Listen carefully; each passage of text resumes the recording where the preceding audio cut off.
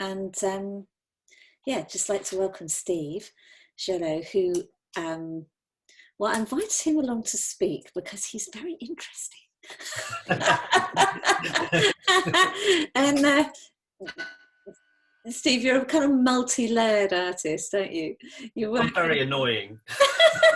I wouldn't say that at all. Multi-layered. So he you know, you might come across Steve's work in one direction, but there are things that you've been involved with that are just in totally opposite direction. So it's not conceptual art in what some people mean by that, but you are kind of, you seem to be ideas driven, but with very precise outcomes. You know, your outcomes do seem to be important to you as well. So it's not like you're kind of randomly trying different things. You work your through. Currently, you're photographing starlings, it seems. Yeah, well, I've been doing that for about four or 5 years now, just because we have a lovely murmuration in Brighton, and it's a really great way of ending a day of work in the winter, to walk down the beach and just enjoy the starlings doing their thing. And what's been really nice over the years, more and more members of the public have been gathering to watch the starlings, so there's like a human murmuration starting to happen. and it's like a football crowd down there now, that, you know, the starlings get applause when they make a good shape. It's just fantastic. I love that. Okay, so shall I hand over to you to just give for a general Sure. around your work and your way of working? We have actually been kind of, what's been developing is we've been talking about our approaches, that everybody's shared about their individual approach to making work, in particular with art and science. And then other people are taking those on as creative provocations to try something new. But obviously there's also your work with the Earth Project, which is, I think people will find really interesting. So anything you like? Thank you. Okay, yeah, so yeah, my background really, I've been making art in public places for many years, and so quite sculptural works, very site specific. And then I started doing projection projects in 2006, which got me kind of holding a camera a bit more, and became interested in, you know, the fourth dimension of moving image, if you like, and time. But so now I'm a kind of a half public artist, half photographer, filmmaker, and I do some commercial filmmaking with a digital agency called Moreover, and we mainly work in the global health sector. So they're all things that kind of feed into each other. So my filmmaking skills are greatly enhanced by working with professional film equipment and other very talented specialists, and meeting really interesting people in places like Geneva. We go to a lot because of the World Health Organization. But I'm going to talk a bit about light pollution today, which is a relatively new adventure. I suppose I've really been engaged with it for the last 10 months, although it's something that had been on my mind previously. So I'll talk about that last 10 months and what's been going on there, which has led to the work I'm just planning with the Earth Project to take us up to the COP26 conference in Glasgow next year. So if I share my screen, I need you to enable me to share screens to do the prez, because I've got the host has disabled me from sharing screens at the moment. Can you? Are you allowed now? It's try again. Oh yeah, here we go. Okay. Lovely. Right, so let's get this at the beginning.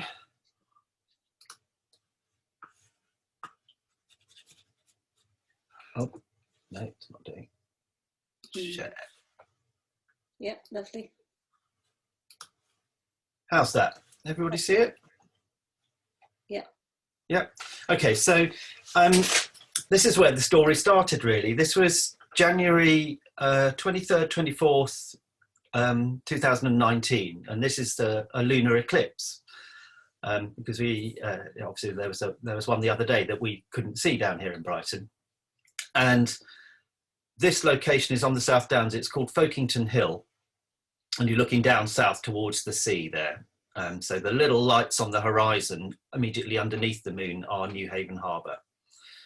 And I went up there to do a time lapse of the lunar eclipse happening, and got extremely cold in the process. Had to sort of trudge up and down the downs to stop my feet from icing up.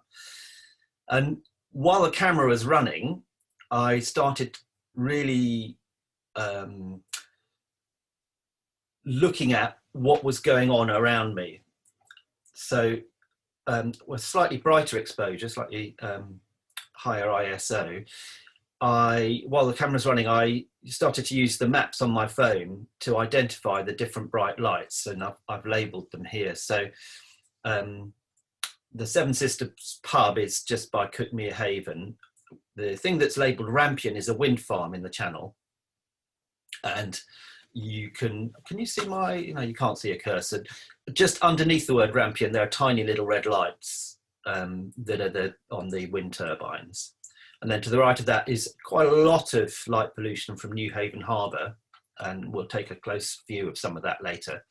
And then you can see the city of Brighton Hove. And then that really bright thing there, I was up on the South Downs and looking at that, just thinking, what the hell is that? And identified it as the Amex football stadium. And what it turned out is that they use this lighting rig system to make the grass grow the right shade of green for Premier League football. And I now know that, in fact, in 2016, the regulations for the pitch quality changed, and each of the Premier League football clubs got £400,000 to be able to improve the standard of their play surface. And some of that was heating, some of that was drainage, and quite a lot of them installed these lights. The problem is, this is in the middle of the South Downs National Park dark skies area. And although it's not, the football ground itself is, the boundary is carefully drawn around the football ground. On three sides, it's got Dark Skies National Park. So I tried writing to the club and got a very courteous letter back saying basically they need the lights for the players' safety, and the players are a very expensive investment, and all the financial reasons why they can't turn them off. So I grumbled. And then last year, I was doing this big project for the RSPB at Pulborough Brooks, an art trail. It's kind of combined a series of sculptures and signs and waymarkers with an app. And I was studying insects. So this is one of my drawings. It's a brush and ink drawing of dragonflies mating. And I was getting introduced to some of the science around the animals within the nature reserve, and the issue of the impact of pollution in general, but light pollution specifically on the insects, was just becoming known about. This is a minotaur beetle. And there was this amazing feature in The Guardian, because a big scientific review of all the various, about 120 research papers about light and insects had just been published. And the impact is devastating. I mean, we're losing insects at about 2.5% a year. Light pollution is only one of the reasons for that, but it is one of the bigger reasons. Obviously, pesticides and habitat loss are the other ones. But there's a very stark figure in it that if you have 100 moths attracted to a street lamp overnight, 30 of them will be dead by morning. And most of that is just from exhaustion. But it's also enhanced predation. It makes it easier for bats and spiders to eat the moths. And it also disrupts their navigation and disrupts their reproductive abilities. And so obviously as the insects are dying out, that is a driver of extinction of birds and bats, insect pollinated plants, and ultimately us as well. So I started to get really concerned, so something that had annoyed me as somebody taking, photographs of starry skies, I suddenly thought, shit, this is really actually quite important. This is just an example. I use text with my work a bit sometimes, so it's just one of those. So this is, again, it's a brush and ink drawing, and I was trying to visualize all these absent insects that had been, I was seeing them as being reduced to kind of paper ash. and that was the idea. And this is featured in one of the artworks at Pulborough Brooks. So to come back to the stadium, this is the driver of this extinction that's happening. So one of the real problems we face is everybody talks about climate change and deforestation. We can take all the carbon out of the atmosphere, but still go extinct if we don't deal with the light. So here's the piece that was in The Guardian. You can still Google it. And the original research paper is absolutely brilliant. So I launched a petition. I put a post on Facebook first, and a couple of my friends said, you should do a petition about this. So I launched this petition, and I expected about a couple of hundred people might sign it if I was lucky. And we launched it. We had a couple of hundred within the first 20 minutes. And I had really good advice from my friend Faye Bridgewater, who's also an artist and a social media sort of whiz, really. So we posted it on various Facebook groups, and including some of the groups that are supported by football fans, which was a hilarious process. So I spent a weekend arguing with football fans very, very courteously. But what was great about that is it drove the post up to the front of the page on people's social media feeds. So within a couple of days, we'd reached about 5,000. I made this image, so there's the stadium behind me, and it was a bit of a parody. Fatboy Slim, Norman Cook, he's a big Albion fan, and I was trying to kind of use his Hawaiian shirt sort of image, but I'm there completely lit just by the light pollution from the stadium. And people did sign it and they did share it, and it got taken up by the local press first and then national media. So it was in The Guardian and in The Sun, and this is the page in The Sun, and The Sun actually did a decent little article on it. So it got this national publicity, which is fantastic. And these are the problem lights. And I complained to the council because I thought that the council should have done enforcement action. And the reasons given that they can't is that the lights are on wheels and they're not a permanent fixture. So that's a problem with the planning reason. And the law around nuisance light for public health is very limited, and it's really designed for a spotlight shining in your bedroom window. So last March, came down to Cornwall with Joe and a bunch of other artists for a Maze Creative residency. And during that process, I was in discussion with my lawyers, Lee Day, about what we could do to make sure there was some enforcement action against the club. And we were at that stage thinking about taking it to a judicial review. And at first we thought that was feasible because there's a thing called the Aarhus Convention, which limits your costs to £5,000. And I thought, okay, that's good, this is feasible. But then when we really looked into it, that limits how much of the other side's costs I would have had to have paid if I lost.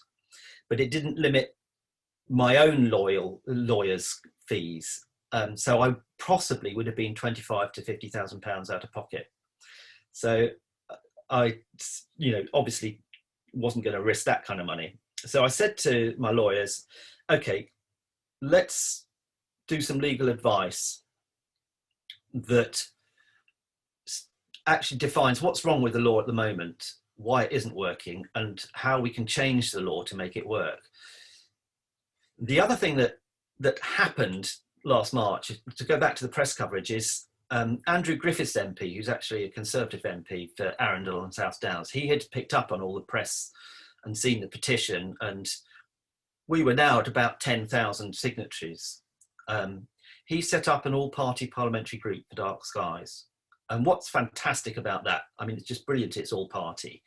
It means that anything that happens is much more likely to go through because it doesn't get, stifled by one party, arguing with another. So this was a fantastic opportunity that, I realised while we were down at the Lizard that advice could be a perfect submission to that all-party parliamentary group. So the lawyers started working on the advice, and I started researching some evidence, some more scientific evidence for this light pollution. So I got in touch with Dr. Chris Khyber at the Federal Institute of Geosciences in Potsdam, and he's actually invited me to author a paper on it now.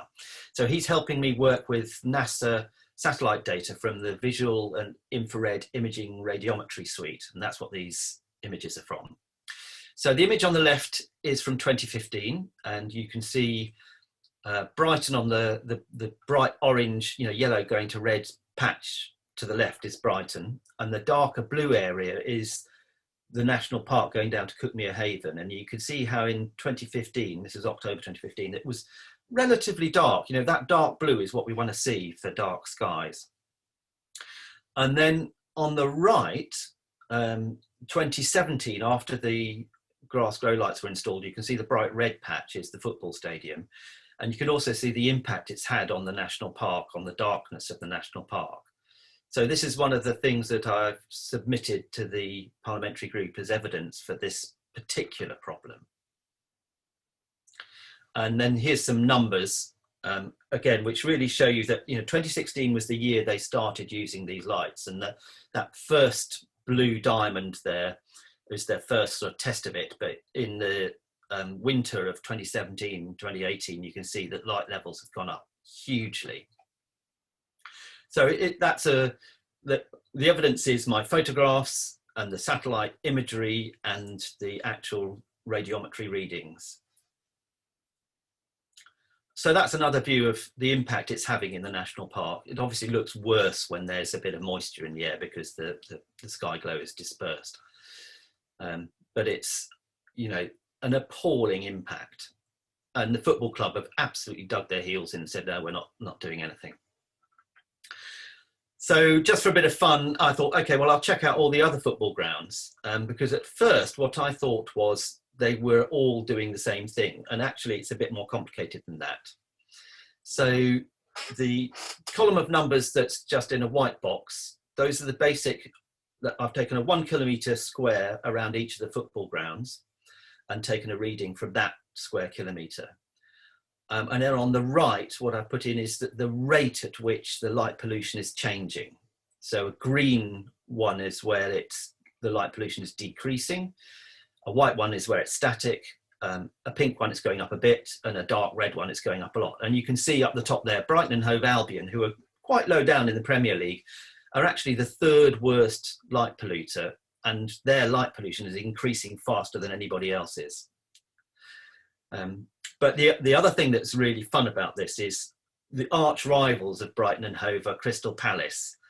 And Crystal Palace are actually getting slightly better results on the pitch. And you can see that they're creating much less light pollution at 600 nanowatts per square centimetre compared to 3,400 by Brighton and Hove Albion. So that's a lovely way to beat up the football club. I'm just going to zoom out now and look at what's going on globally. I haven't included America. I don't know why I haven't, but it's just interesting to see. This is the same visual and infrared imaging suite satellite. And it's interesting to see, you can see how dark Australia is. That's fantastic. And the Sahara Desert is lovely and dark. If you look at China, Eastern China is really bad. I went to Shanghai a couple of years ago. It is terrible for light pollution. Western China is really good, and Tibet, but Europe is pretty awful. I think one of the things about this is if you look at Africa and Central Africa, you can see the light pollution emerging. So that's probably what we looked like in the 1940s. So it's a rapidly increasing problem, and it is driving this global extinction of insects. The reason it's green up the top of the image there, that's the Aurora Borealis picking up on the satellite images. So you can never get a fully dark reading up around the poles because of the aurora.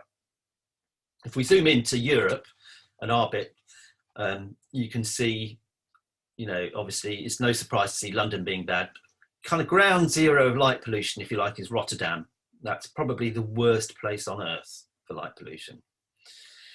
The dots in the sea are ships. The big blobs in the North Sea are oil rigs burning off. You know, that's all the burn off from the gases from the extraction of oil.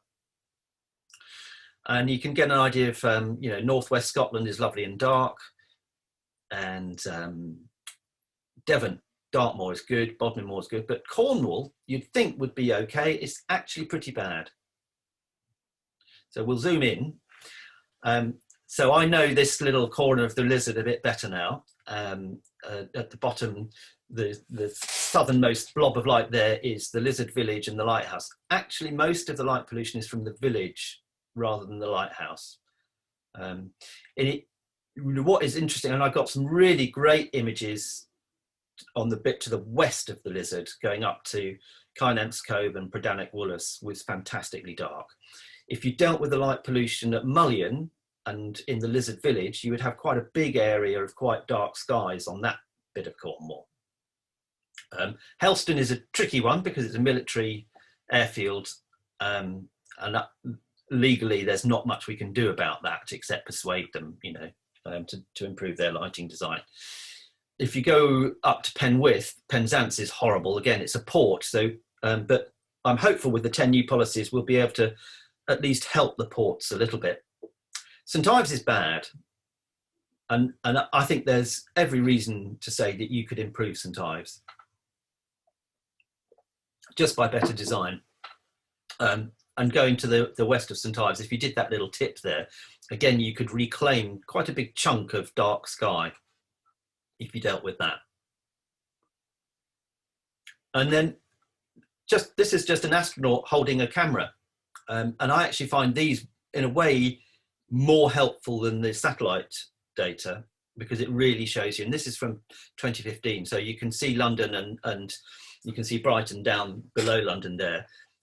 You're not really seeing that much from the football stadium at that point, because that was before those lights went in. But it does give you a more encouraging idea that some of the darker areas are quite sort of, you know, darkish. But it's definitely, the light has spread over, you know, 150 years. It's spread like an infection across the planet. So to look at Kent is interesting. I grew up in Kent, and the Kent North Downs area of natural beauty is pretty bad, but it's darkish. Ashford is awful, but that dark red blob on the top right hand side there by Margate, that is Thanet Earth greenhouse, and this is what it looks like. So just to compare, that's the moon in the top left of the image, and that's the light pollution from the greenhouse down on the bottom right side. And it's this way of growing tomatoes and cucumbers and salad is expanding across the country. And as well as the 20 or so football grounds, that each of them is producing more light than the city of Brighton and Hove, there are these greenhouses popping up. And the problem is they put shielding along the horizontal, along the, the vertical walls along the sides of the greenhouse, but they have no shielding to the sky. So what you're looking at there is 40,000 1 kilowatt sodium lamps shining straight up into the sky. Just a little close up. So that's, you know, sort of shielded on the side. That's reasonably effective, but that's what it looks like going up into the sky. So this is one of my kind of big problems with light pollution I want to see addressed. So one of the projects I'm going to be doing next year with the Earth Project and with dark sourced lighting designers, we're going to, we hope we're going to build a test greenhouse to see if we can grow tomatoes and cucumbers with artificial light and with no leakage of that light at all. So we're going to do that as a sort of a test project to prove to these guys that it doesn't have to be like this. Another kind of problem light, I call these insecurity lights. So this is at New Haven port, and again, that's one where there's no legal control of the lighting they install at all at the moment. The seagulls you can see flying above it, they're caught like German bombers in searchlights, and that just shows you how much of that light is actually just going straight up into the sky. Completely fixable, just a matter of designing the right shielding for the lights. Really annoying, and hopefully with changes in the law we're going to be able to bring some controls to these ports. And another little example here. I found this one in West Sussex. I was driving back from a shoot down near Chichester, and I literally swerved off the road to kind of work out where this was and then investigate it. But you can see it looks like the rising sun. What this actually is a golf driving range. And all of these lights here are just for 3 guys to whack a few golf balls at night. And you just think, how utterly irresponsible is that? Why do we need to play golf at night? And obviously, again, terrible design of the lighting. It could be fixed. You could still have the grass well lit without the light bouncing up into the sky. And just a couple of images about what we're fighting for, really. So this is Woods Mill Nature Reserve, just outside Brighton, and it's a moon halo. And the night I took this was fantastic. I went there to listen to nightingales, and so as I was making this image, there were nightingales singing all around, kind of competing with each other. And the very high icy stratocirrus cloud made this moon halo happen. And in the water, this was full of frog spawn and tadpoles. So the water was sort of quivering with thousands and thousands of tadpoles. Again, birds like nightingales really don't like artificial light. Just to show some of my kind of drawings, this is down near Burling Gap, and I do a lot of drawing with ink and gouache. But I love being down on, on the chalk beaches by starlight. And Joe will recognise this. This is Kynance Cove last September. So when I came down for Joe's residency and Carolyn's back in March, I was hoping to be able to take some photographs like this, but the sky didn't cooperate and we had thick cloud all the time. But I came back in September, brought my daughters down, and it was great for us because we'd just lost my father. So we were kind of just needing a bit of quiet family time in the aftermath of that. And we had a couple of nights of beautiful clear skies. So this was, just standing as the tide was going out. Glorious view of the Milky Way, and it's not that far from the lighthouse when you think about it. No problems with light pollution for the lighthouse at all, really. And this is what it can be like in Sussex. So this is looking from the Seven Sisters cliff tops out to the Channel, and the orange lights on the horizon are actually light pollution from France, from the French towns all the way the other side. And this image of the Milky Way, it's actually a stack. You won't see it on the zoom. You won't see its quality on the zoom, but it's got quite a high definition of all the stars in it because it's 15 images stacked together to reduce the noise. But that gives an idea of kind of what I'm fighting for. This is an amazing night back in about the 15th of May, and I was taking photographs. And I moved the camera in amongst the rock pools, and the tripod legs brushed through the water, and it just erupted with bioluminescent plankton. Just the first time I'd ever experienced that, just stunning. I was too excited to take photographs of it. And then when I went back to try and do a better job, it had all gone. So I had to resort to drawing. So that's my drawing of what I was seeing that night.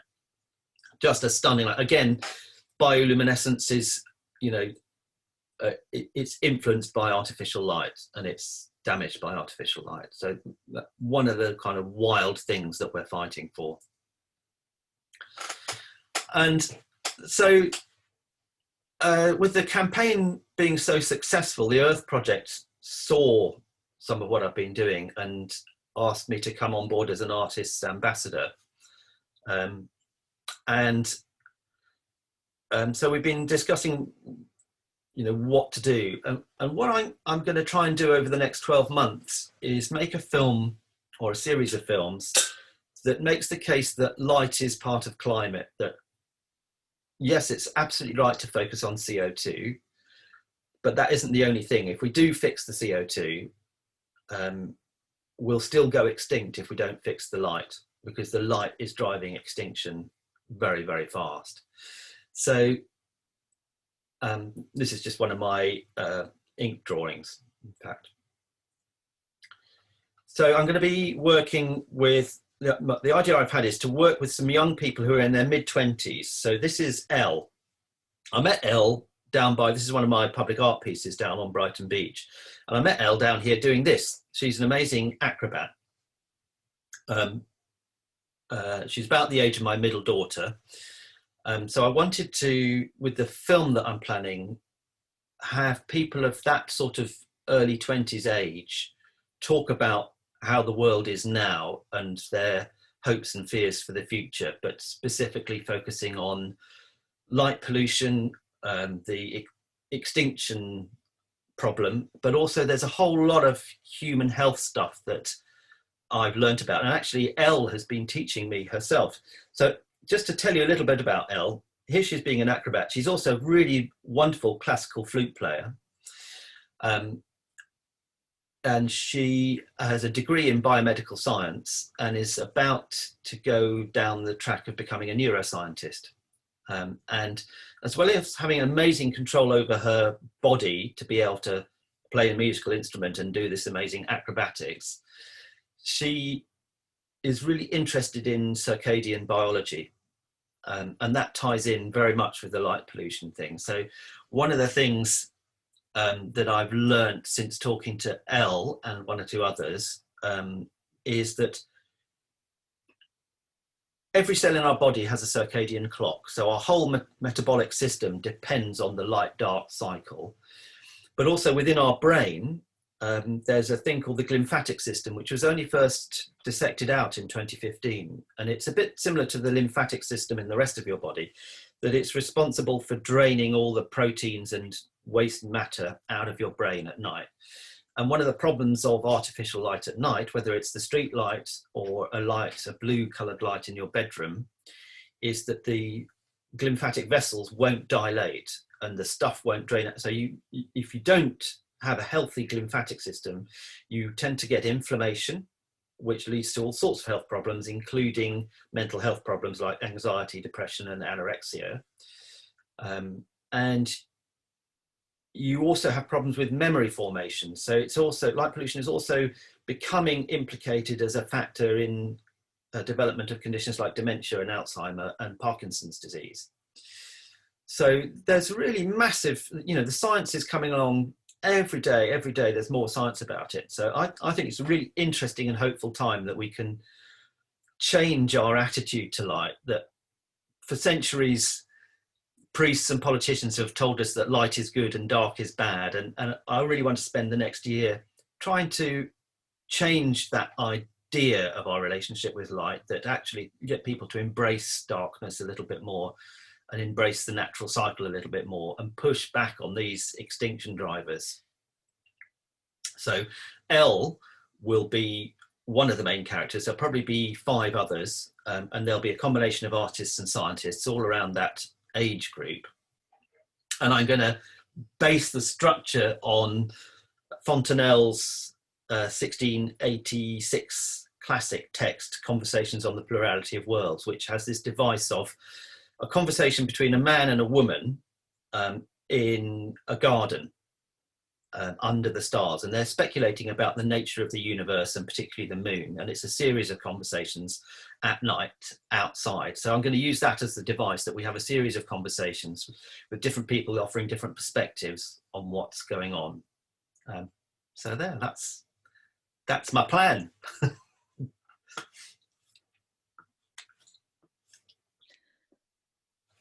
That's my talk. Let's have questions. Shall we unshare your screen? How do I do it? Stop share. Yeah, there we go. Wow, that was amazing. Thank you, Steve. there are other things about your work to bring in as well, but I think we should talk about light pollution first. So shall we throw it out to the floor for discussion, conversation about Steve's work with light pollution? Hi, Steve. What was the last text that you just mentioned? I didn't quite catch the name of it. Oh, it's called Conversations on the Plurality of Worlds, and it's like the first ever popular science book from 1686 by Fontenelle, and it's really poetic and beautiful. I actually based a projection project I did in Shanghai 2 years ago based on that. I was working with a composer called Brian Locke, so we did in the Digital Arts Theatre in Shanghai, we did a multi-layered projection with the orchestra, a young orchestra playing on the stage in amongst all the projected images. And I'm still addicted to that text. So it's just a really good device to take the camera out into beautiful and not so beautiful places and get these young people and experts talking about what's going on. Wonderful. Thank you very much. Oh, Lucy, yes. Hi, Steve. Thank you for that. That was fascinating. I'm just wondering where you're planning to film your conversations. You just said then maybe, beautiful and not so beautiful places, but will you be highlighting, the conversations in different places about the light pollution that's in different areas of the country? Will you kind of span the UK, or are you sticking to the South Coast? I'm going to try and span the UK as much as we can within the budget and what the pandemic situation allows us. I think it's really important to, because the conference, the COP26 conference is happening in Glasgow, I definitely want to do some of it in Glasgow. Glasgow is really interesting because they've actually made quite a lot of progress reducing their light pollution. And at first I was really pleased and excited about that. And then I saw the baseline that they were starting from was absolutely dreadful. So they've gone from absolutely dreadful to kind of a bit less dreadful. But I think it'd be really interesting to contrast a couple of different cities. There's one city that's doing well with a city that's not doing so well. The greenhouse thing has got to come in there, but it would be really nice to go to somewhere really dark, possibly one of the darker bits of Wales would be good. A lot of the Earth Project people are based in Wales. So either go there or up to northwest Scotland if we can get around the midge problem. You're welcome to come to the dark sky. I'm in Northumberland in the National Park. Oh, fantastic. We have really dark skies here. We're lucky, but there's a residency where I am, so they have accommodation. So if you do need to film up here. Oh, brilliant. Oh, that's really worth coming to do this talk, isn't it? There's a guy called Dan Monk I follow on Instagram who's based up at Kielder.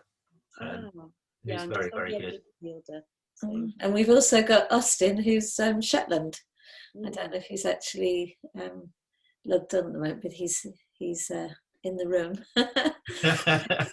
It's amazing what we've got here, and we've got Ireland as well, haven't we? How's the light pollution over with you, Susan? And it's really bad, actually. Although there's the first dark sky national park is in County Mayo, which is just further west from where I am, and they're always campaigning to have the sky, the lights in the area dimmed, and they're working with the council and other people who are polluting the skies. But even in my own town here in Boyle in County Roscommon, I've noticed over the last few years just more and more security lights going up, brighter street lighting. People are cutting trees down as well, because there's been quite a few court cases where trees have fallen over in the storms and caused damage, and now there's like a plethora of people just cutting trees and hedgerows down. So there's more light streaming onto the roads and reflecting back up into the skies. So it is a major problem. And I'm sure it's the same throughout the rest of Ireland as well. Like you've got the big cities, same as in West Cork's quite dark. I noticed from the map there that we're actually in a darker area. I was amazed at how bright Ireland was from that map. I think it'd be fairly dark, But we've only got one big city to the east, so that's why I think, it's still bright enough. Yeah. Well, just to encourage you, just with the good design and installing the the latest generation of LED streetlights. So the first generation were awful because they were far too blue and it caused more light scatter, and the frequency of the flickers was giving people migraines. But the newer ones are a lot better, and they are a warmer white, and they have much better control of the spread of the light. But with the new policies that are launching on the 9th, I think we can get much more specific about how street lighting is designed. But street lighting is only 26% of the problem.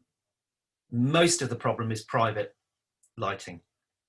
And so we've got to really change that mindset, that cultural mindset. But also by increasing the local authorities' powers and their obligations to control it, then people will start to take lighting design seriously and actually employ lighting professionals when they're building their out-of-town shopping or their housing development or whatever. But we've really got to, deal with the private sector. I mean, it's interesting, actually. I don't know how much conversation we've had about this, Steve, but so obviously everyone has been hearing Carolyn with archaeoastronomy and things, and quite a while ago now, I was doing my PhD and I was walking on Dartmoor, and I was looking on the horizon for north of it. So the stone rows on Dartmoor are aligned often with Arcturus, and there's a whole theory about they're going north basically, and there's a whole theory about precession, people precessing down the line, then they kink. And so the idea is potentially that it's to do with the precession of the stars, that they go down, they dip down below the horizon, and then and you're all kind of walking along, it dips, and you go, hey, bring it back, or something, as you walk along, and then it comes back up. Or you're all just, who knows, you're just waiting, So I was taking people out on Dartmoor to watch this happen, and the light pollution was, so, there's this idea that Dartmoor is so dark, but in so much of it, that was certainly on the side I was on Ashburton side, because you've got Princetown at the top with the Dartmoor prison with these huge lights, which you're lucky in some ways but then you've got Plymouth, which is very light. Yes. And then so I was spending my whole time watching stars, taking people out to watch the stars, making light rows with torches, and so it's all about darkness and light, and I could see the stars out of my window in Ashburton, and an ex-policeman moved in next door and shoved up a huge a light. And interestingly, some new people moved in next to here, an older lady, and they put up a motion sensor light in the door next to our front door. So every time I go out of my front door, their light goes off. And it's very tricky. People's, as you said, I love that insecurity light, because it's a perception of safety and lack of safety, and that light means safety, and if it's dark, it's not. And my mum's just doing it. Somebody's stuff was stolen from a van just along from her, so her neighbours are putting up security. She said, no, they're very kindly putting it so it goes over mine. So what about light pollution? Oh, it's terrible. Don't you want me to be safe? Yes. Kind of thing. So it's very tricky. And I'm now in St Ives, so I moved from Dartmoor to St Ives, and you've got the whole of the sea, and you would think, that would be a good place to watch stars. And I was still doing a star watching project, and the light pollution, it's street lighting mainly. Winter, this year is going to be, it's not going to be shut down, but it used to be, where it went, not many people living in town, and it was bright as it's day practically. Portsmouth Beach was so bright. But there are green politicians in now, so I think but I did this thing, and I'm kind of interested in how, as an artist, you're you as an activist, that's always been a part of, recently I've been doing less of it. I guess Maze Creative is part of that, you know, an artist as activator, I guess. But it's been, and we've been very involved in Dark Skies outreach. We've spent a few years, our projects were focused around that. But I did this thing of wanting to switch the lights off and get everyone to switch the lights off. I was wanting to do it in Ashburton, just as an action, just to kind of experience what you're missing, because you don't know you're missing it unless you have it. And so hard. I mean, people get, in fact, there was some people wanted to do a telly thing about me, the artist, trying to get the lights switched off. And I just moved into St Ives, and I thought, you know what? It's just like how to fall out with absolutely everybody, just be an incomer and, you know, start trying to get people to. So we didn't do that in the end, because it's just like you can see what they were looking for. They wanted this kind of like conflict for these towny income, you know what I mean, the kind of income. I think Lucy's got a question. Yeah, go Lucy. Sorry, I was just going to say, I mean, do you think, Steve, it's about education, you know, because even if people don't feel concerned about the planet, I mean, I know there's more concern now than there ever has been, but I really believe if people knew the effects of blue light on their mental health, on their physical health, you know, you're talking about dementia, Parkinson's, depression, anxiety, if we as a population knew the impact all this light, do you think that would make a difference with people's idea about, you know, because there's safety, I get the safety thing, and when I moved up here it took me 2 weeks to be not afraid of the dark in order to go out for a walk at night past sunset. It was terrifying, because educationally you're taught that darkness is unsafe. You know, so, but then the idea, if, you know, there's this safety aspect, but also the idea of protecting your own mental health or physical health. I mean, surely that's a huge educational tool people Absolutely need. I think there's several aspects to that education, and one of the problems before, I think, is that a lot of the Dark Skies campaigning was kind of middle-aged men like me with a telescope or a camera taking pictures of the stars, and it being seen as a bit of an anorak kind of thing. What I did with my campaign, and if you went on the change.org website and you go back through the updates, I made some little film clips. I worked really hard to scare the shit out of people, you know, and justifiably so, because what is happening very, very fast, and we need to deal with it.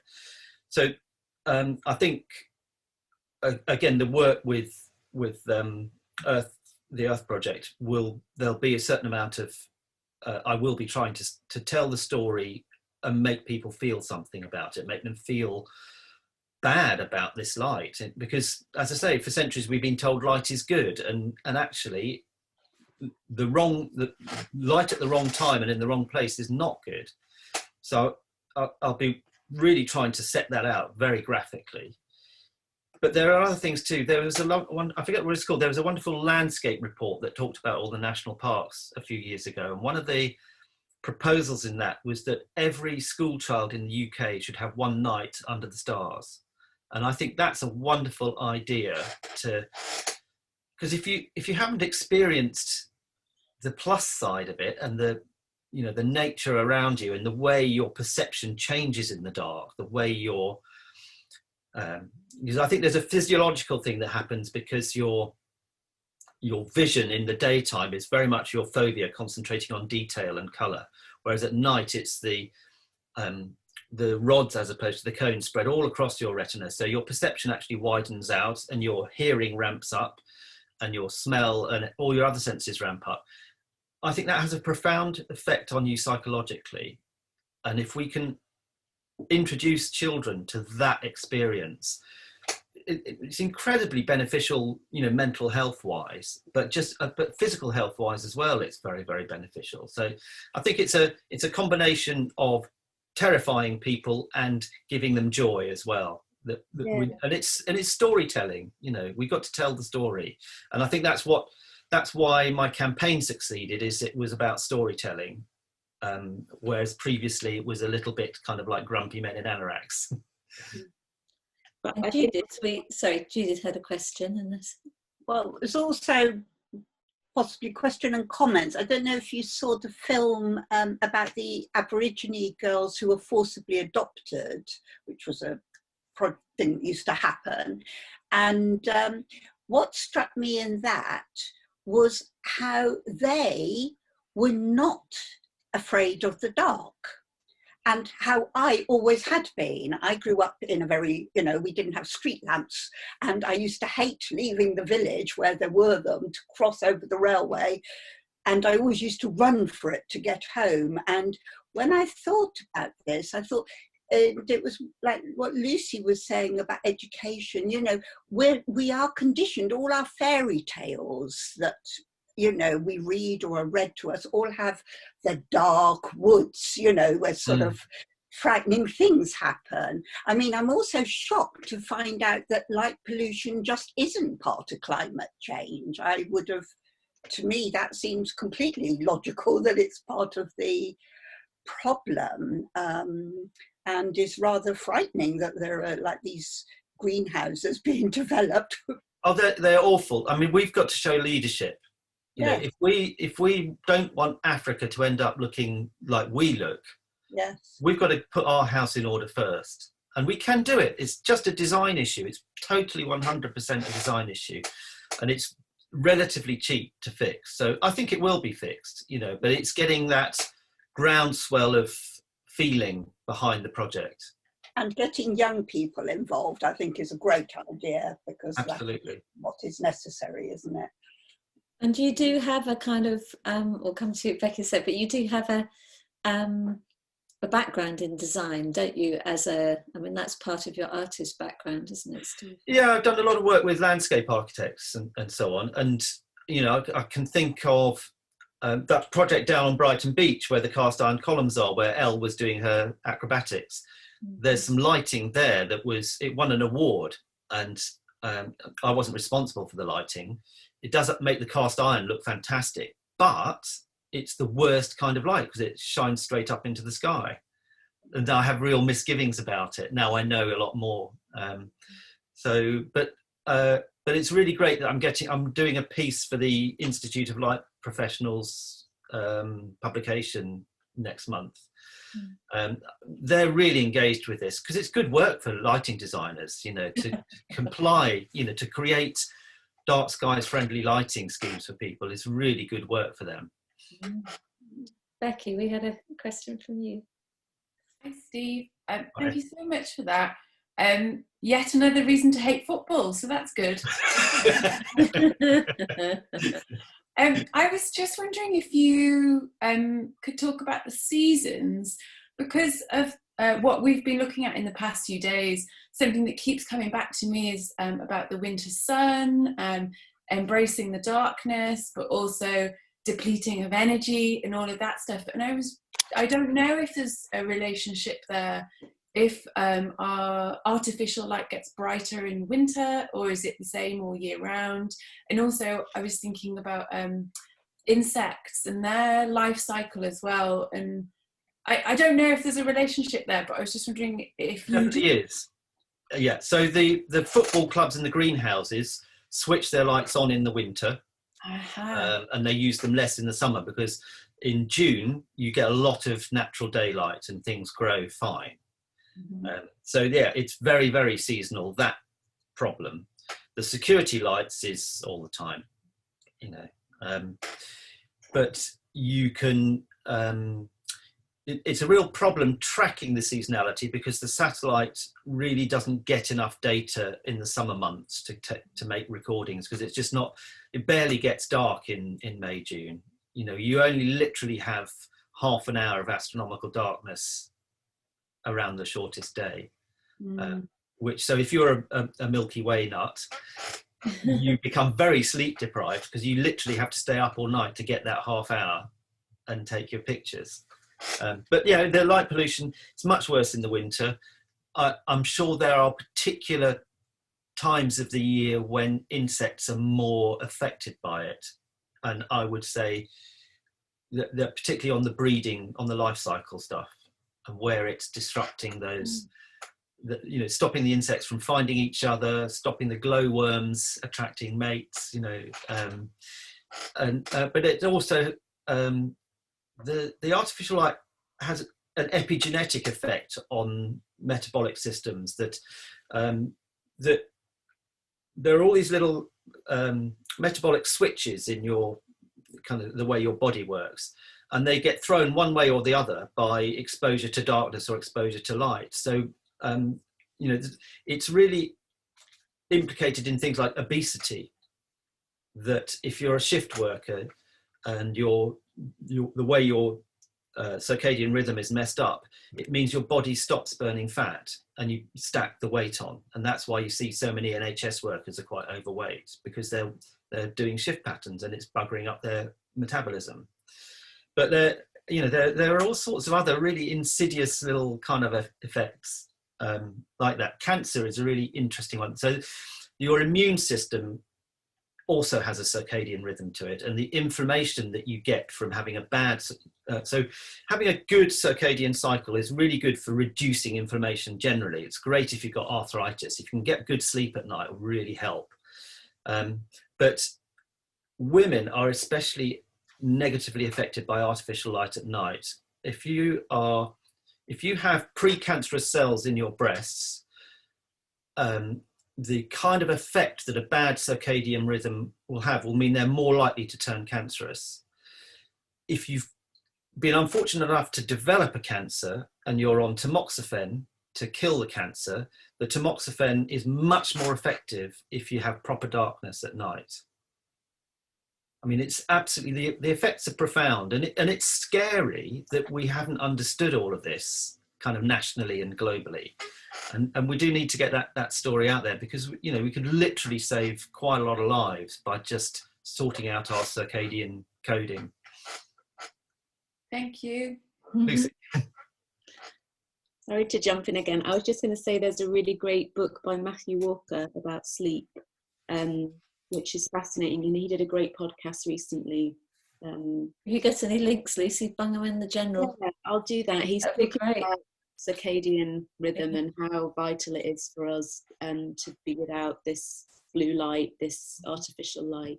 In terms of here at night time, when I first moved here, everybody recommended I just buy loads of candles, and that's the best way to light your home. Well, how do the insects feel? Because I see moths trying to get in the window to the candles. That's probably terrible for them, isn't it? Yeah. Well, I mean, the good thing about, they're probably getting quite tired, so that's not very good for them, but at least they're not getting burned. I found a patch of light in the dark skies bit of the South Downs National Park. I found a patch of light on the satellite data that I couldn't explain. So I went to investigate it one night, and it turned out to be a small oil well hidden in a forest. And it had two of those big stacks where they burn off the waste, the plume of gases that's coming up when they're pumping the oil out.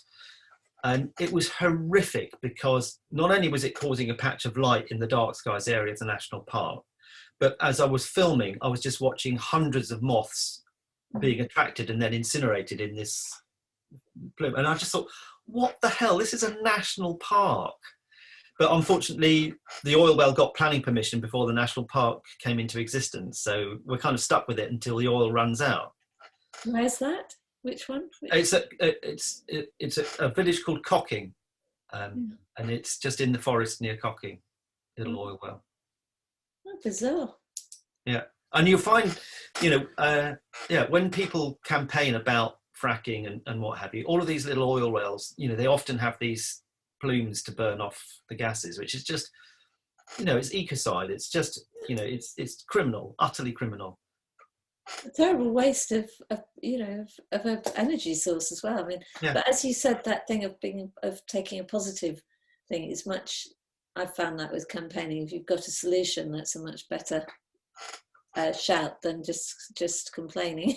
Yeah, and when people say you can't fix it, I mean, I start to talk to them about my grandfather Frank, he was a stained glass artist, and in the Second World War, he was a fireman in the Blitz. So during the day, he was rescuing shards of stained glass to repair the windows of churches that had blown out. And at night, you know, he would have seen the Milky Way over London. You know, we can make it dark like that if we want to. And we did. So, you know, we just got to get it together. Yeah. So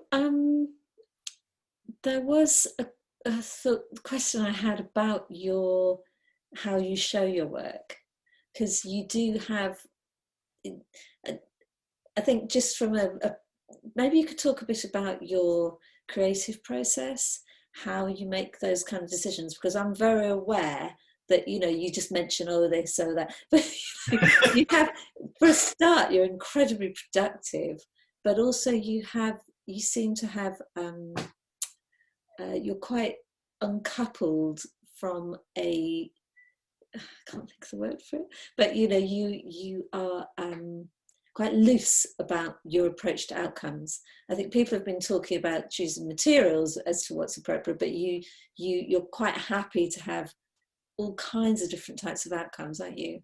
Yeah. What it is you're interested in. I'm a tart. You know? I think, I mean, one of the things that's at play is I'm a great fan of mortality.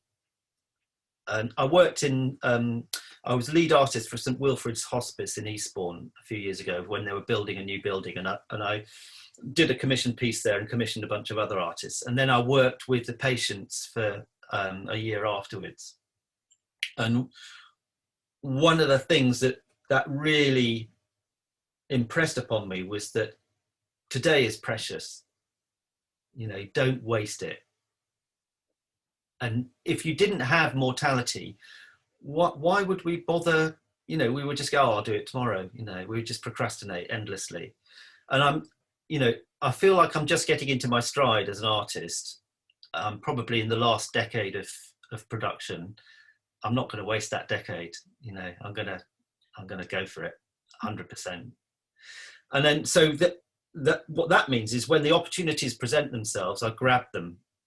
And I get seriously into it, whatever it is. If it's vaguely interesting, I'll grab it. So how did you, like, for example, I know that you did you've done quite a lot of projection in the past, because that's a conversation we've had. Do you want to talk about that? So, okay, well, that started off. You can access all these things through my website. My website's separated into matter and light. So matter is kind of sculpture, and light is film and photography and projection. So the first projection project was in 2006, and so where I live here, I'm on the bottom of 4 floors here. So our house, it's a Victorian terrace, 4 floors, and along the street there's a little strip of flat roof you can walk all the way down the street. And so in 2006, a little opportunity came up through the Brighton and Hove Arts Commission that was a kind of it actually came about because of the Capital of Culture bid process, that Brighton submitted a very good bid but didn't win. And that generated a certain amount of interest and energy and budget. So the Brighton and Hove Arts Commission said, right, we've got £30,000. What do you want to do with it? Put your ideas on a postcard. And that was the best submission process ever. It was just fantastic. So I sat on my roof with a postcard, and I literally wrote on the back of this postcard an idea for a projection project on the roof of Compton Road, visible from across the city. And they selected my project, but offered me £12,000 to do it. And I knew that wouldn't be enough. So I scratched my head and I talked to friends at the Arts Council and put together a bid for a larger project and raised £55,000 to then do, we hired 6 architectural projectors and a sync unit to sync up DVDs, so you could create one long image right across the rooftops or split it up, and commissioned 5 other artists to work with me and work with the community. And the screens were, each screen was 2 houses wide, so it was 5 meters high by 10 meters across, and it's back projection material. So you, in actual fact, you get the image on both sides with back projection material. so you could see it from a couple of miles away. And we just had a fantastic response to the project. We thought we'd get, for the launch night, we thought we'd get an audience of 500. We actually got 3,000, which was tremendous. So that the success of that project meant that I then got a few other ones. I'd done a couple of projects for the Open University, one to celebrate 50 years of the OU, which was great, which we did in a big shed in Cardiff, which was the engineering works. And I worked with a wonderful dancer, choreographer called Joe Fong. And then in 2010, a project came up for the Nuit Blanche, the White Nights Festival. And I don't have a massive problem with the White Nights festivals because it's one night, and so it creates light pollution, but it's brief. And so this was a projection project in Brighton and in Amiens, France. So we did the show twice. And what I created was a big inflatable flying saucer, basically like a 10-meter wide flying saucer with a back projection screen incorporated into it. Hung it from a crane with the projector mounted in the crane, with a special front surface mirror shooting the image down onto the flying saucer. And flew the flying saucer over Amiens first, which was interesting because we did it at a time, the show was at a time when there were big protests there about pension cuts. So people were turning cars over and setting them on fire, and I was getting very nervous about my flying saucer, but it was fine. And then in Brighton, it worked better in Brighton, really. I flew it in the car park outside City College. So there's a couple of tower blocks nearby. So I had a sort of flirting of the flying saucer with the tower blocks, which was rather fun. But at the first launch, it was a half-hour cycle show. And on the first launch, we had a couple of hundred people. And they, of course, texted each other images of the show. So the next show, we had 1,000 people. We had, in that one night, we had 10,000 people come to watch the show. So that was tremendous fun, extremely risky, really, really great fun. So I've still got the flying saucer in storage here, and I want to use it again. I don't want to throw it away. It's probably deteriorated now, but I would love to do something as daft as that again, but I haven't managed to persuade anyone to take the risk.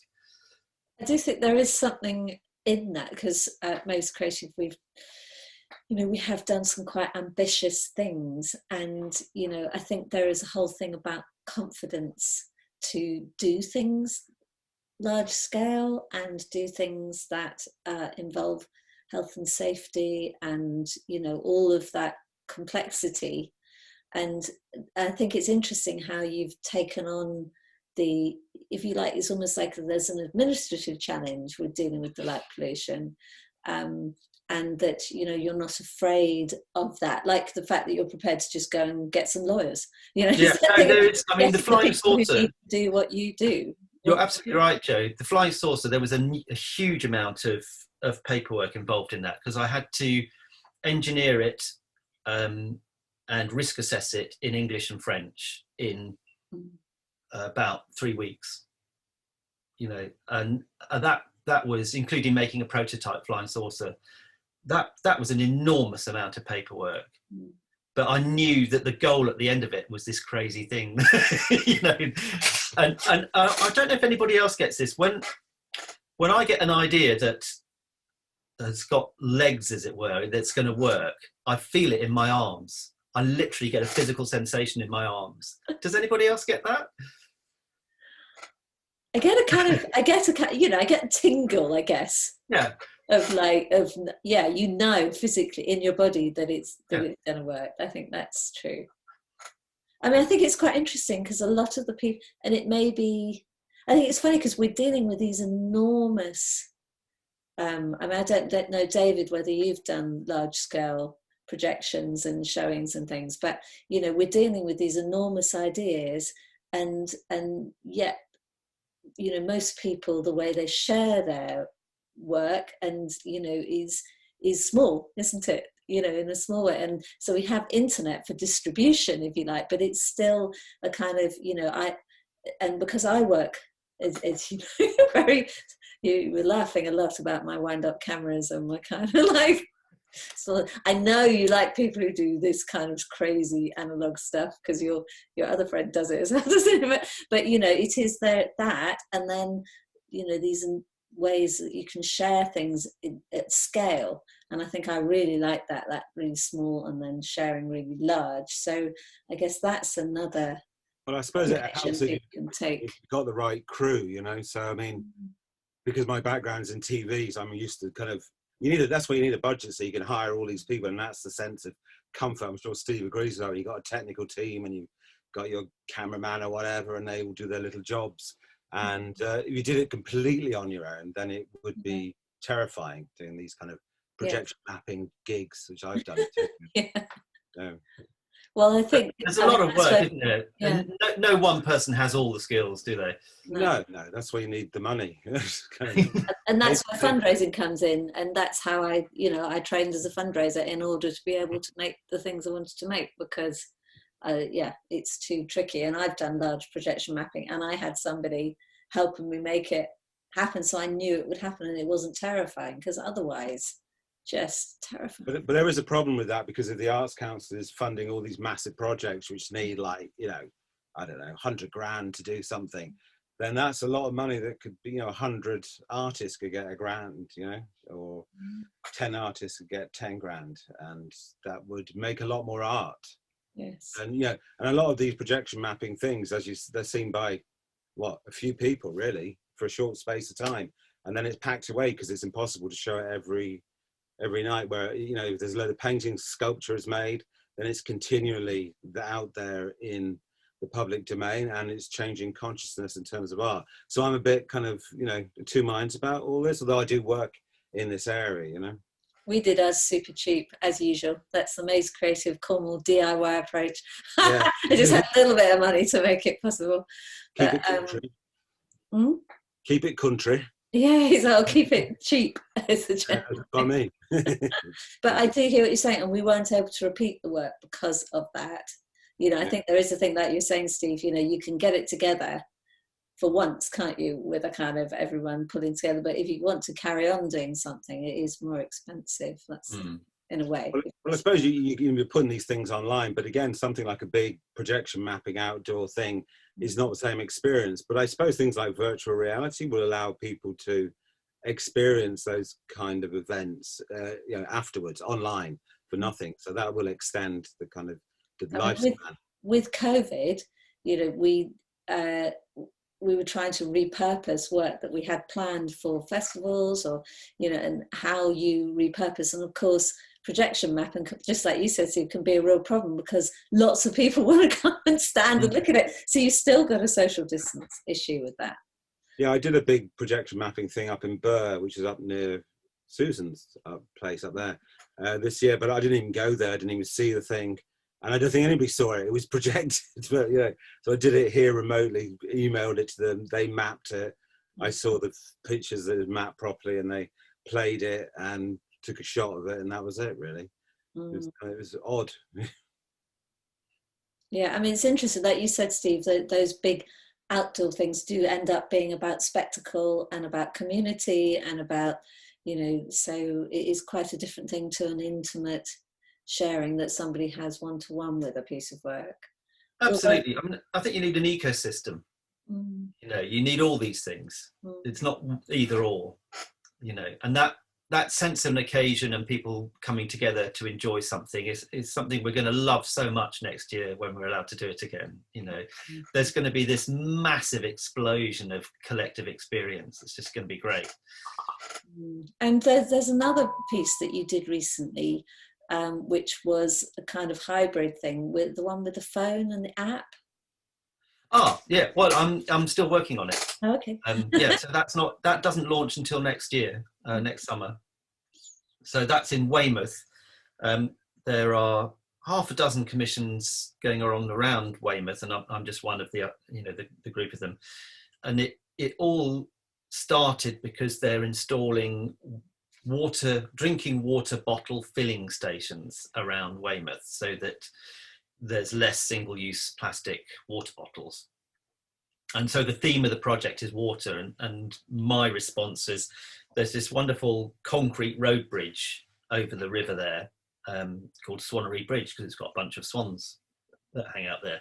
And it's actually, underneath it, it's a very fine bit of concrete. And so what I'm doing is creating some steel panels which will have photographs of water storms printed on them, because it's where it is under that bridge, it's never stormy there. The water is always flat, you know, so I thought it'd be fun to create a storm under there.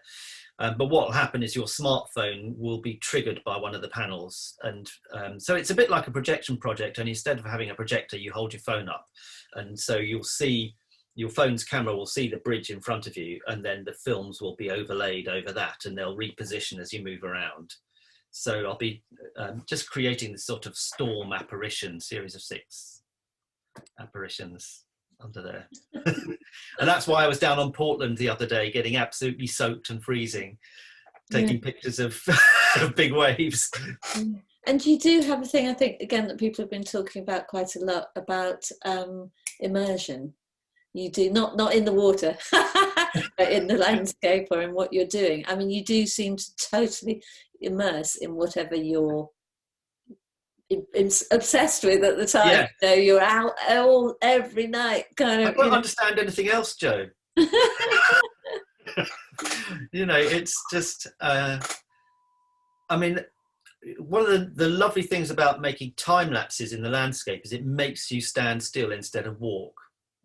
And your perception changes again, as it does in the dark, by just standing still in one spot for a long time, as if you were, you know, you could be painting watercolors or doing anything, writing poems, but just the thing of standing still changes your relationship with that landscape, I think. And it also makes you very, very receptive. And it also, the wildlife starts to accept you as a feature of the landscape. So you see much, much more wildlife if you do that. So for me, that's become a real part of my routine, is doing that.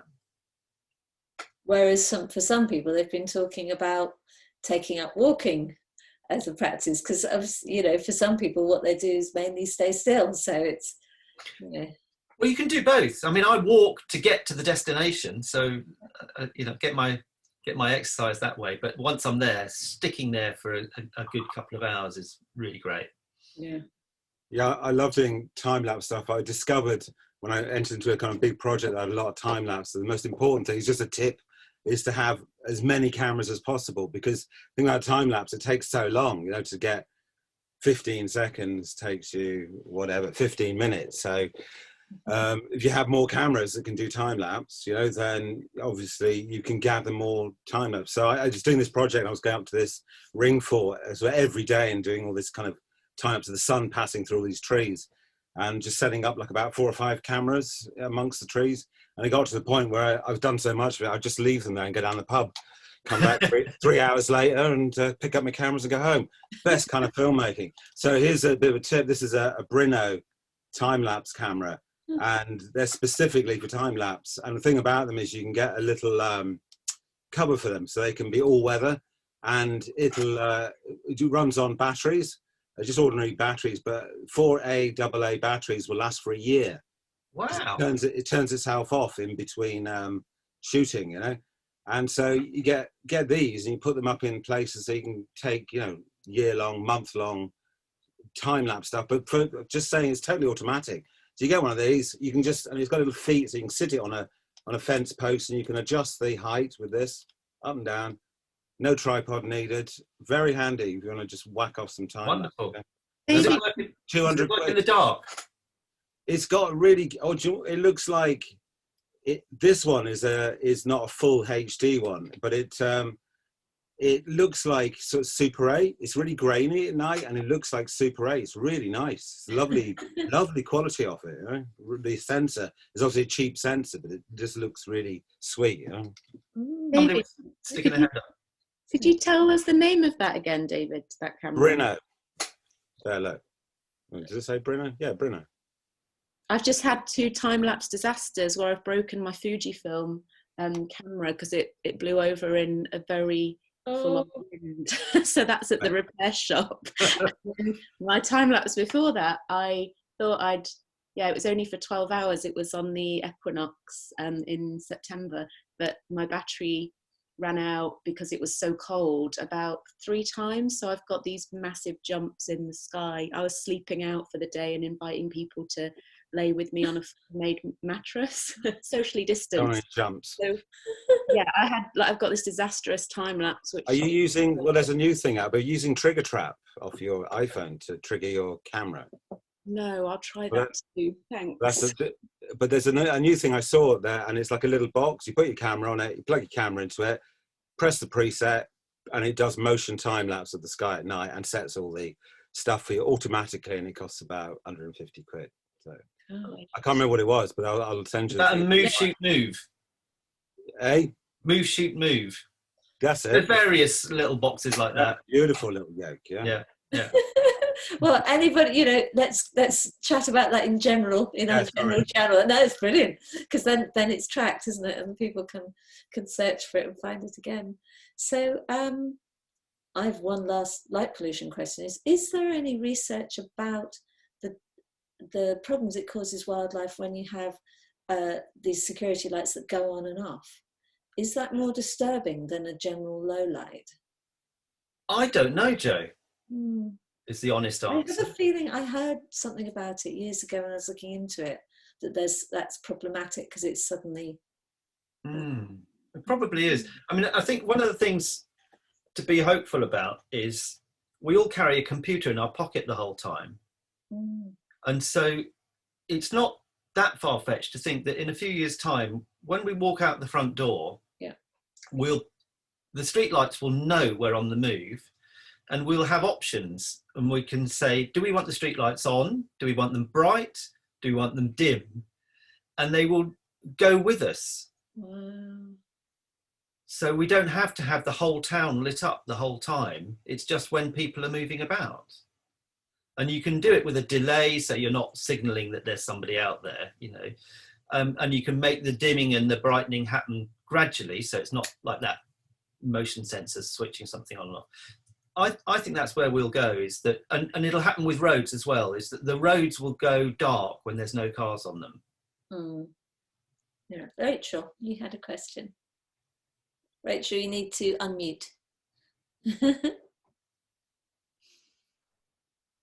I've got a rather stupid question, and very much off the wall, but why can't we use infrared lighting more? And Absolutely have right. infrared glasses that we put on when we go out at night? I think that's the future of security lighting. Okay. Myself, because you thought, yeah. Because you can see. Yes. People up to something in a way highlighted more than. Yes. Just visual light doesn't tell you as much for security as infrared does. No. And you could have thermo-imaging as well. Yeah. I mean, you could have all sorts of... We just need to put on the glasses that can receive the information. Well, it's usually a guy in an office watching porn that's looking after the security cameras, isn't it? No. I meant when you're going out at night. Yeah. If you're going out at night and you want a brightly lit place, you perhaps don't need to use white light. Absolutely. Or yellow light. You could use something lower down on the wavelengths that actually don't disturb the birds at all. You've got the gadget on your face that you can then read. Completely, but also because we're probably moving towards more and more autonomous vehicles don't need headlights. No. They don't need them at all. No. What about things will be automated and they won't have headlights. They'll just have a little bit of light so you can see that it's there, but they won't be blasting these bright beams of light everywhere. No, what about deck lights on ships? Because they're huge in Plymouth. It's a huge problem. It is a big problem, and I think it's really underestimated because it really shows up on the satellite images. They are huge, absolutely huge. Why are we lighting the ships so brightly? I don't understand. And at anchor in the middle of a bay. Yes. I mean, they need some navigation lights, but they're ridiculously brightly lit. Completely. Yeah, well, they're deck lights. They don't need. Yeah. Anyway. Yeah. No, I mean that's on the list. But presumably, there's it's hitting everybody's pocketbooks to be wasting all this money on lights. So if there's an incentive that it will cost. Yeah. That's also Unfortunately, not so much, because light has become as cheap as plastic because of LED technology, that it's not really burning a hole in people's pockets sufficiently for them to bother to control it. So that is something that we need ultimately to be making it cost them money when they're causing this pollution. Yes. Carolyn Thompson, we had a question. You need to unmute. Hi, yeah, I just wanted to ask about the engine, the places like Google's headquarters that are on 24 hours a day, actually allowing us to have these sorts of situations. But they're throwing out horrific light pollution 24 hours a day. And so in some bizarre way, as we often do, a solution to something else in terms of our communication has provided another problem for the next generation, because we're not really addressing the awful downside of all our technology, are we? The things that the rare earth elements we put in our phones, and so we have to mine them from Earth, and all the stuff that, the pollution that comes out of these massive, Google headquarters is bigger than cities. It's immense. Yeah, and the other thing is, like, when you go on your search engine and you look up something, it doesn't go to the nearest server where that information is. It goes to the fastest responder, which could be in Brazil. You know what I mean? So it's heating up all that stuff on that journey. And we don't think that, because it's a little, I'm only looking up the internet, I'm only looking up a PDF, and we don't think it's, because it's in our hands, we don't think it's environmental at all, We don't think it's a big factory, but it is massive, Yeah. Amount of energy being heated up. Yeah. So, any final questions or thoughts? Interesting thoughts. There's an interesting side chat that I was just looking at going on about vitamin D on the chat. Vitamin D is really important. The opposite side. In the light pollution equation, what our body needs is bright light during the day and dark at night. And the bright light during the day gives us the vitamin D, which is really good to have good levels of vitamin D in a winter in a pandemic. So there's lots of science about the vitamin D. So take the supplements.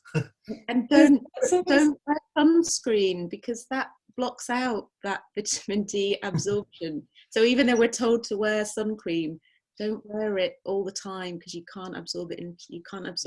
Yeah, there's proportion. If you live in Australia, wear the fucking sunscreen.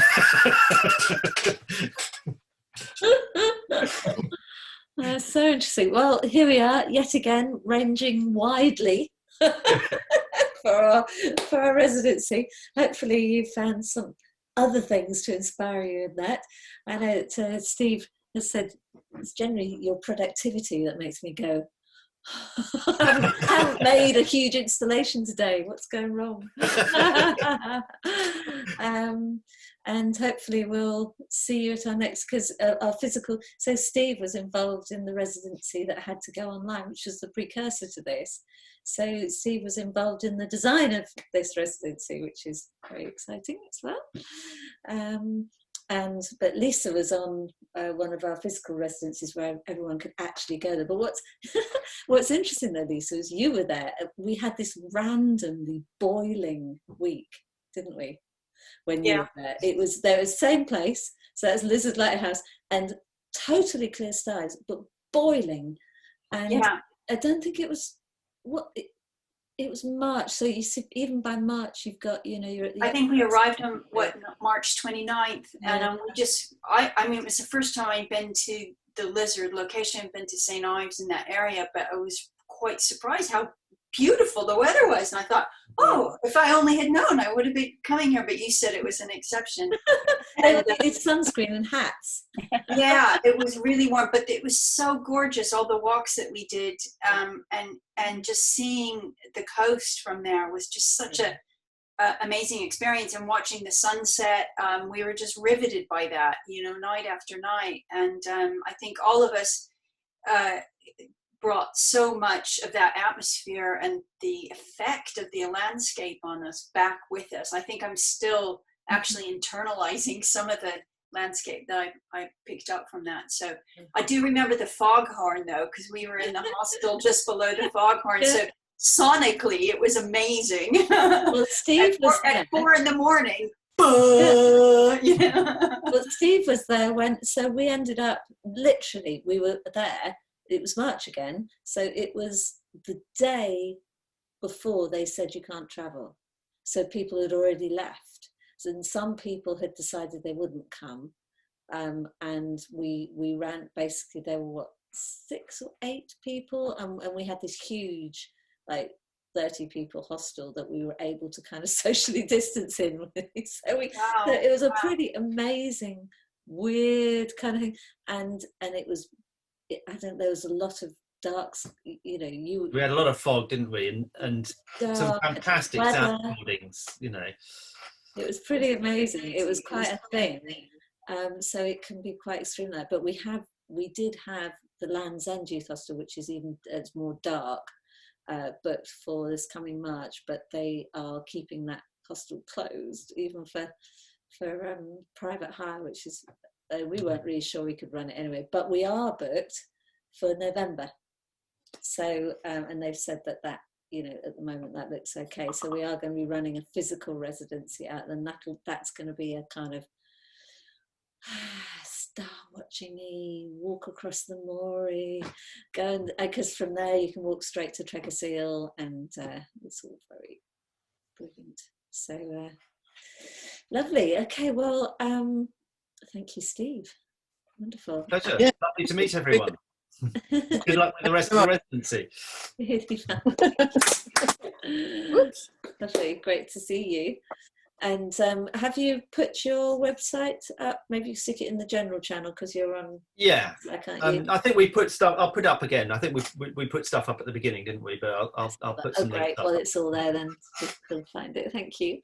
And everyone else, when are we next? So we've got a bit of time now to actually make some work or think or sleep. Make some coffee. Make some coffee. I haven't looked at the weather for Thursday. I think we will keep, I don't know if anyone else has looked at the weather, but weather depending, Carol and I will be going out. I don't know if it's going to be Tregorceal. We know that we've got a great, we're going to do an Insta Live, Steve. Tregorceal, which we have done before. So we know that there's a good signal up there. But then you all saw Tregorceal on Monday, didn't you, with that tour? So I don't know whether it'll be a revisit. Oh, I think there's I think we've got a delivery person. Oh, that's right, my husband's getting no kilns here. Something's arrived in the back.